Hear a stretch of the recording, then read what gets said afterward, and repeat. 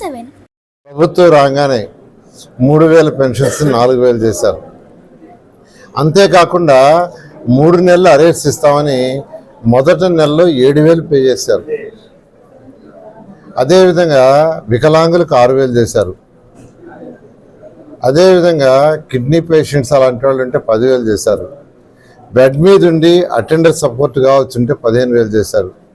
ఇవన్నీ డబ్బులుండి కాదు, ఎలక్షన్స్ ముందు మాట ఇచ్చాం, ప్రజలకు మాట తప్పకూడదని ముఖ్యమంత్రి గారు 1 by 1. అదేవిధంగా మహిళలకు 3 గ్యాస్ సిలిండర్స్ ఉచితంగా ఇస్తామని మాట తప్పకుండా ఇవ్వటం జరిగింది. అదేవిధంగా ఎంతమంది పిల్లలుంటే అంతమందికి తల్లికి వందనం ఇస్తామని మాట చెప్పిన ప్రకారం 67 లక్షల మంది పిల్లలకి 10,000 కోట్ల రూపాయలు బ్యాంకులో వేశారు. 10,000 కోట్ల రూపాయలు.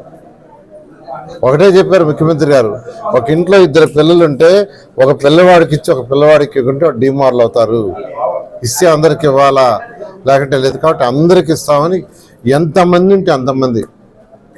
అంతేకాకుండా రేపు ఆగస్టు 15వ తేదీ నుంచి మహిళలకి జిల్లాల్లో ఉచిత బస్సు ప్రయాణం అనౌన్స్ చేశారు. ఆగస్టు 15 స్టార్ట్ చేస్తామని. చెప్పంటారా? అందరికీ నమస్కారాలండి. సుపరిపాలన తొలిగడు అనే కార్యక్రమంలో ఈరోజు నేను ఈ యొక్క కాన్ఫరెన్స్కి రావడం జరిగింది.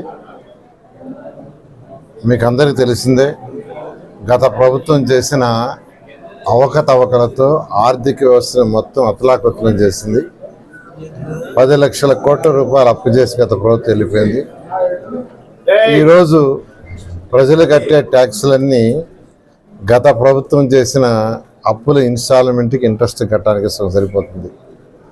అయినప్పటికీ ముఖ్యమంత్రి గారికి ఉన్న అపార అనుభవంతో ఈరోజు రాష్ట్రాన్ని ముందుకు తీసుకుపోతూ ఒక్కొక్కటి ఏదైతే మేనిఫెస్టోలో ఎలక్షన్స్ ముందు చెప్పామో దాన్ని తూచా తప్పకుండా ఎన్ని ఇబ్బందులున్నా ప్రజలకు మాట ఇచ్చాం, మాట తప్పకూడదని